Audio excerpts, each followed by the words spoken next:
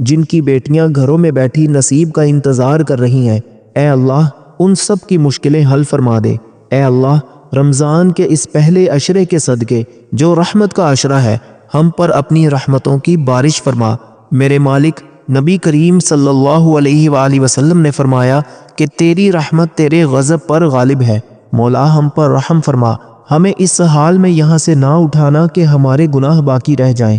یا اللہ جتنے لوگ اس وقت آمین کہہ رہے ہیں، ان سب کی دلی مرادیں پوری فرما۔ جن کے کاروبار رک گئے ہیں انہیں غیب سے رزق عطا فرما، جن کے دل ٹوٹ چکے ہیں انہیں اپنی محبت کا مرہم عطا فرما۔ آمین اللہم آمین۔ دوستو کومنٹس میں آمین لکھ کر اپنی حاضری ضرور لگوائیں، کیا پتہ کس کی آمین قبول ہو جائے اور ہم سب کا کام بن جائے۔ اب ہم ان 4 خاص وظیفوں کی طرف بڑھ رہے ہیں جن کا تذکرہ میں نے شروع میں کیا تھا۔ ان کو پڑھنے کا طریقہ اور ان کی تعداد بہت اہم ہے۔ میں ایک ایک کر کے یہ وظائف بیان کروں گا اور ہر وظیفے کی تعداد بھی بتاؤں گا۔ اپنی نظریں اور دھیان جما کر رکھیے گا کیونکہ اب وہ گھڑی آ گئی ہے جس کا آپ کو انتظار تھا۔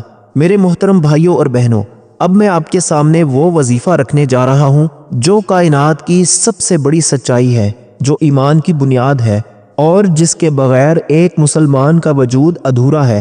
یہ وہ کلمات ہیں جنہیں سن کر عرش الہی لرز اٹھتا ہے اور جن کی برکت سے کفر کے اندھیرے چھٹ جاتے ہیں۔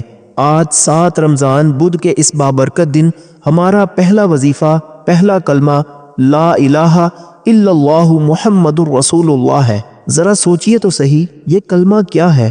یہ صرف چند الفاظ نہیں ہے، یہ اللہ سے وفاداری کا عہد ہے اور نبی کریم صلی اللہ علیہ وآلہ وسلم سے محبت کا اقرار ہے۔ یہ وہ کلمہ ہے جس کے بارے میں آتا ہے کہ اگر اسے ترازو کے ایک پلڑے میں رکھا جائے اور پوری کائنات کو دوسرے پلڑے میں، تو اس کلمے والا پلڑا بھاری ہو جائے گا۔ جب آپ اپنی زبان سے کہتے ہیں نا لا الہ الا اللہ، تو آپ دنیا کے تمام جھوٹے خداؤں، تمام خوف، تمام پریشانیوں اور تمام بتوں کو اپنے دل سے نکال پھینکتے ہیں۔ آپ اعلان کرتے ہیں کہ میرا رب صرف ایک ہے، وہی پالنے والا ہے، وہی دینے والا ہے اور وہی میری تقدیر بدلنے والا ہے۔ میرے بھائیوں، آج اگر آپ کے گھر میں بے برکتی ہے، اگر آپ کے دل کو سکون نہیں مل رہا، یا اگر آپ کو لگتا ہے کہ آپ کی دعائیں قبول نہیں ہو رہی، تو اس کا مطلب ہے کہ آپ کا اپنے رب پر وہ توکل یعنی بھروسہ کمزور پڑ رہا ہے۔ آج جب آپ 7 رمضان کو بدھ کے دن اس کلمے کا ورد کریں گے تو آپ کے دل کی بنجر زمین پر اللہ کی رحمت کی بارش ہوگی۔ یہ کلمہ پڑھنے سے انسان کے اندر کی تمام گندگی، حسد، کینہ اور نفرت ختم ہو جاتی ہے اور انسان کا سینہ اللہ کے نور سے بھر جاتا ہے۔ جو بندہ اس کلمے کو اپنی زبان پر رکھتا ہے، موت اس کے لیے ڈر نہیں رہتی اور قبر اس کے لیے اندھیری نہیں رہتی۔ کیا آپ جانتے ہیں کہ جب کوئی بندہ صدقے دل سے لا الہ الا اللہ محمد الرسول اللہ پڑھتا ہے تو اللہ تعالیٰ اس کے رزق کے وہ دروازے کھولتا ہے، وہ راستے کھولتا ہے جہاں سے اسے گمان بھی نہیں ہوتا۔ یہ کلمہ ہر بندش کو توڑنے والا ہے، یہ ہر جادو کا توڑ ہے اور یہ ہر مصیبت کے خلاف ایک مضبوط قلعہ ہے۔ اگر آپ چاہتے ہیں کہ آپ کے بچے نیک بنیں، آپ کے کاروبار میں ایسی برکت آئے کہ آپ سنبھال نہ سکیں، تو آج اس پہلے کلمے کو اپنی ڈھال بنا لیں۔ یہ وہ پاک کلمہ ہے جسے پڑھنے کے بعد انسان اللہ کا مہمان بن جاتا ہے اور اللہ اپنے مہمان کو کبھی رسوا نہیں کرتا۔ اس مبارک وظیفے کو آپ نے نہایت ادب کے ساتھ باوضو ہو کر ایک جگہ بیٹھ کر مکمل کرنا ہے۔ کوشش کریں کہ پڑھتے دوران آپ کا رخ قبلہ شریف کی طرف ہو اور آپ کے دل میں صرف اور صرف اللہ کی عظمت ہو۔ آپ نے اس کلمے کو لفظ بہ لفظ اور ٹھہر ٹھہر کر ادا کرنا ہے تاکہ اس کی تاثیر آپ کی روح میں اتر جائے۔ 7 رمضان بدھ کے اس خاص دن اس پہلے کلمے کی جو تعداد آپ نے مکمل کرنی ہے وہ تعداد ہے 2000 مرتبہ۔ میرے محترم بھائیوں اور میری بہنوں، پہلے کلمے کی نورانیت کے بعد اب ہم اس وظیفے کی طرف بڑھ رہے ہیں جو کائنات کا سب سے خوبصورت، سب سے عظیم اور اللہ پاک کو سب سے زیادہ محبوب عمل ہے۔ یہ وہ وظیفہ ہے جسے خود اللہ پاک فرماتا ہے کہ بے شک اللہ اور اس کے فرشتے نبی صلی اللہ علیہ وآلہ وسلم پر درود بھیجتے ہیں، اے ایمان والو تم بھی ان پر درود و سلام بھیجو۔ آج 7 رمضان بدھ کے اس مبارک دن ہمارا دوسرا وظیفہ درود ابراہیمی ہے، وہی درود پاک جو ہم اپنی نمازوں میں پڑھتے ہیں۔ ذرا سوچیں، اس کائنات میں وہ کون سا ایسا عمل ہے جو اللہ بھی کرتا ہے، فرشتے بھی کرتے ہیں اور انسانوں کو بھی کرنے کا حکم دیا گیا؟ وہ صرف اور صرف درود و سلام ہے۔ درود ابراہیمی صرف چند الفاظ کا مجموعہ نہیں ہے، یہ حضور نبی کریم صلی اللہ علیہ وآلہ وسلم کی بارگاہ میں وفاداری کا ایک ایسا نذرانہ ہے جو کبھی رد نہیں ہوتا۔ محدثین فرماتے ہیں کہ انسان کی ہر دعا قبولیت کے درمیان لٹکی رہتی ہے جب تک اس کے اول آخر درود پاک نہ پڑھا جائے۔ یہ وہ واحد عبادت ہے جس کے بارے میں اللہ کے ولی فرماتے ہیں کہ اگر کوئی شخص دکھاوے کے لیے بھی درود پڑھے گا تو اللہ اس کی محبت میں اسے بھی قبول فرما لے گا۔ آج 7 رمضان کو جب آپ درود ابراہیمی پڑھیں گے تو آپ کا نام سنہری لفظوں میں حضور صلی اللہ علیہ وآلہ وسلم کی بارگاہ میں پیش کیا جائے گا کہ یا رسول اللہ صلی اللہ علیہ وآلہ وسلم، آپ کا فلاں امتی اس وقت رمضان کے روزے کی حالت میں آپ پر سلام بھیج رہا ہے۔ میرے بھائیوں، کیا آپ کی زندگی پریشانیوں کا گڑھ بن چکی ہے؟ کیا آپ کو لگتا ہے کہ آپ کی دعائیں آسمان تک نہیں پہنچ پا رہی؟ تو سن لیں، درود ابراہیمی وہ سواری ہے جو آپ کی دعاؤں کو براہ راست عرش الہی تک لے جاتی ہے۔ وہ گھر جہاں درود ابراہیمی کی گونج ہوتی ہے، وہاں فرشتے پہرا دیتے ہیں، وہاں سے بیماریاں رخصت ہو جاتی ہیں، وہاں سے لڑائی جھگڑے اور بے سکونی ایسے غائب ہو جاتے ہیں جیسے سورج نکلنے سے اندھیرا غائب ہو جاتا ہے۔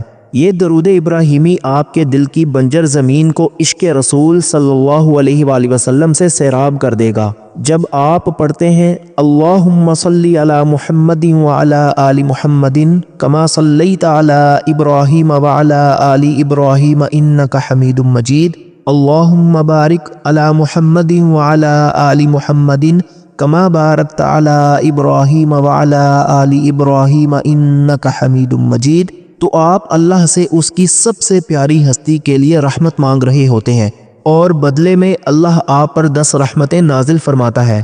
ذرا حساب لگائیں، اگر آپ کے اوپر اللہ کی رحمت کی ایک نظر ہو جائے تو کیا کائنات کا کوئی دکھ آپ کو پریشان کر سکتا ہے؟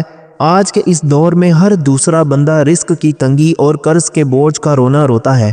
میرے عزیزو، درود ابراہیمی وہ کنجی ہے جو بند رزق کے تالے کھول دیتی ہے۔ صحابہ کرام کے دور سے لے کر آج تک جس نے بھی درود پاک کو اپنا اوڑھنا بچھونا بنایا، اللہ نے اسے وہاں سے دیا جہاں سے اسے گمان بھی نہ تھا۔ اگر آپ کا کوئی ایسا کام ہے جو برسوں سے رکا ہوا ہے، کوئی ایسی حاجت ہے جو پوری نہیں ہو رہی، تو آج اس بدھ کے دن پورے یقین کے ساتھ درود ابراہیمی پڑھ کر دیکھیں۔ یہ وہ وظیفہ ہے جو پتھر دلوں کو موم کر دیتا ہے اور ناممکن کو ممکن بنا دیتا ہے۔ یہ درود پاک آپ کے نامہ اعمال میں نیکیوں کا وہ پہاڑ کھڑا کر دے گا کہ قیامت کے دن آپ حضور صلی اللہ علیہ وآلہ وسلم کی شفاعت کے حقدار بن جائیں گے انشاءاللہ۔ اس درود ابراہیمی کو پڑھنے کے لیے آپ نے ایک خاص اہتمام کرنا ہے۔ اپنے جسم اور کپڑوں کو پاک صاف رکھیں، ممکن ہو تو تھوڑی سی خوشبو لگا لیں، کیونکہ آپ اس ہستی پر درود بھیجنے جا رہے ہیں جن کا پسینہ مبارک بھی خوشبو سے مہکتا تھا۔ آنکھیں بند کر کے دل میں مدینے کی تصور کو بسا کر نہایت آہستہ اور پیار سے ایک ایک لفظ کو ادا کریں۔ ایسا محسوس کریں کہ آپ حضور صلی اللہ علیہ وآلہ وسلم کے سامنے کھڑے ہو کر یہ نذرانہ پیش کر رہے ہیں۔ جلدی جلدی میں مت پڑھیں، بلکہ ہر لفظ کی چاشنی کو محسوس کریں۔ 7 رمضان بدھ کے اس عظیم دن درود ابراہیمی کی جو تعداد آپ نے آج کے اس خاص عمل میں پوری کرنی ہے، وہ تعداد ہے صرف 100 مرتبہ 100 ٹائمز۔ میرے محترم بھائیوں اور بہنوں، پہلے کلمے کی نورانیت اور درود پاک کی خوشبو کے بعد اب وقت آ گیا ہے اس وظیفے کا جو بندے اور رب کے درمیان لگی ہوئی گناہوں کی دیوار کو گرا دیتا ہے۔ یہ وہ وظیفہ ہے جو آسمان سے بلاؤں کو ٹال دیتا ہے اور زمین سے رزق کے چشمے جاری کر دیتا ہے۔ آج 7 رمضان بدھ کے اس دن ہمارا تیسرا وظیفہ ہے استغفر اللہ۔ دوستو، ذرا اپنے دل پر ہاتھ رکھ کر سوچئے، ہم کتنا عرصہ اپنے رب سے دور رہیں گے؟ ہم کب تک گناہوں کے اس دلدل میں دھنسے رہیں گے؟ آج ہم نے اپنی زندگیوں کو موبائل، انٹرنیٹ اور دنیا کی رنگینیوں میں ایسا گم کر دیا ہے کہ ہمیں اپنے رب کی یاد ہی نہیں آتی۔ لیکن میرا رب کتنا کریم ہے، وہ فرماتا ہے کہ اے ابن آدم، اگر تیرے گناہ آسمان کی بلندیوں کو بھی چھو لیں اور پھر تو مجھ سے معافی مانگے تو میں تجھے معاف کر دوں گا اور مجھے کوئی پرواہ نہیں ہوگی۔ سبحان اللہ۔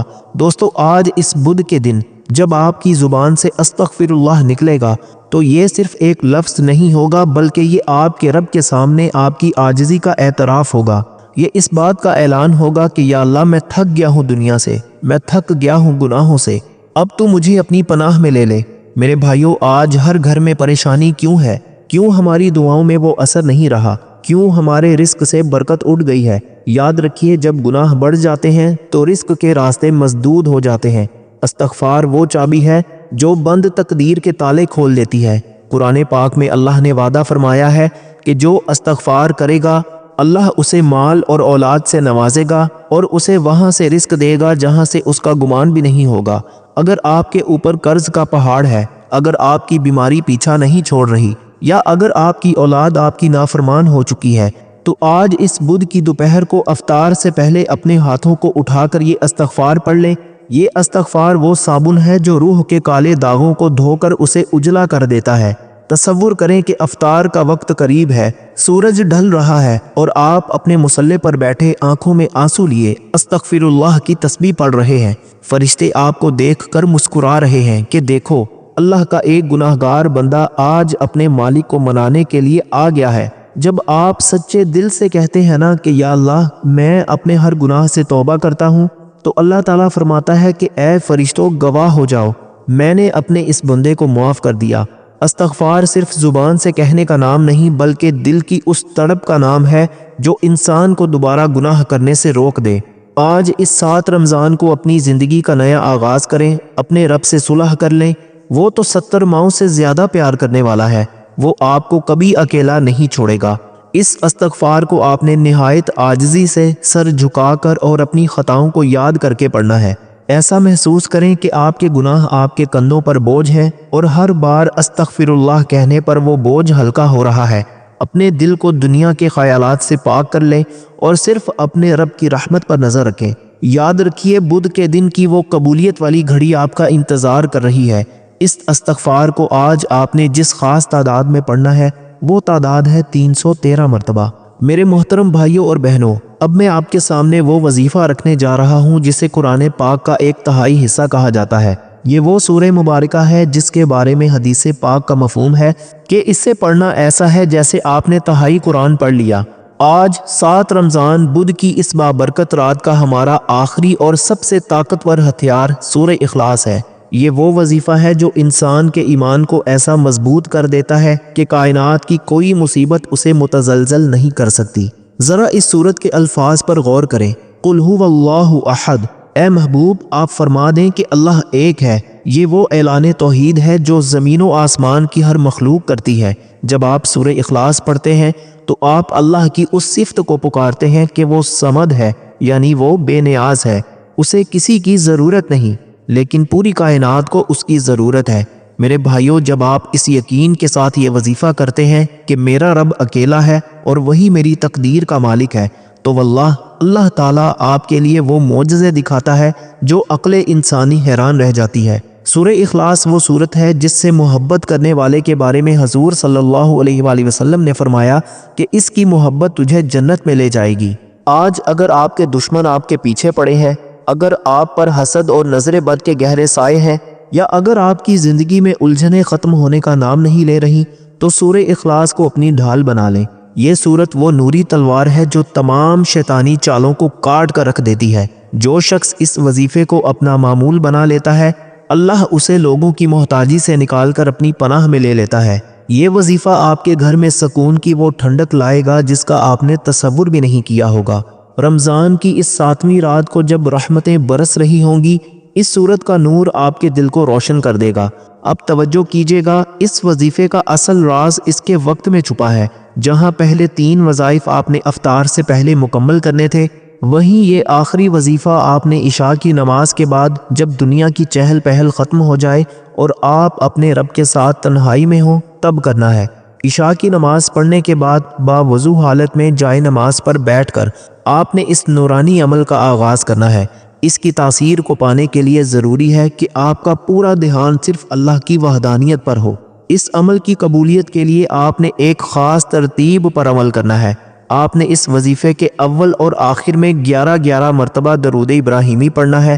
وہی درود پاک جو آپ نے دوسرے وظیفے میں پڑھا تھا۔ جب آپ درود ابراہیمی کے حصار میں سورہ اخلاص پڑھتے ہیں تو یہ عمل براہ راست عرش پر قبولیت کا درجہ پاتا ہے۔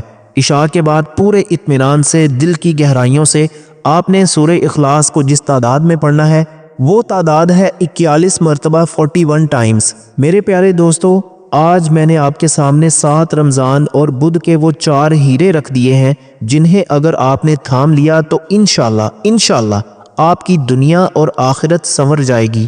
آج کی یہ محنت، یہ وظائف اور یہ آنسو انشاءاللہ ضائع نہیں جائیں گے۔ چلتے پھرتے اٹھتے بیٹھتے نبی پاک صلی اللہ علیہ وآلہ وسلم پر درود و سلام پیش کرتے رہیں اور اس ویڈیو کو جتنا ہو سکے دوسروں تک ضرور پہنچائیں، کیونکہ صدقہ جاریہ کی برکت کبھی ختم نہیں ہوتی۔ اللہ تعالی ہم سب کی دعاؤں کو اپنی پاک اور بلند بارگاہ میں قبول و منظور فرمائے۔ اللہ ہم سب کا حامی و ناصر ہو۔ اللہ تعالی آپ سب کو خوش اور آباد رکھے، ہمیشہ ہنستے اور مسکراتے رہیں۔ ملتے ہیں انشاءاللہ ایک اور نئی ویڈیو کے ساتھ۔ تب تک کے لیے اپنا بہت سارا خیال رکھیے گا اور اپنے اس چینل کا بھی، بھائی کو بھی اپنی خصوصی دعاؤں میں ضرور یاد رکھیے گا۔ اللہ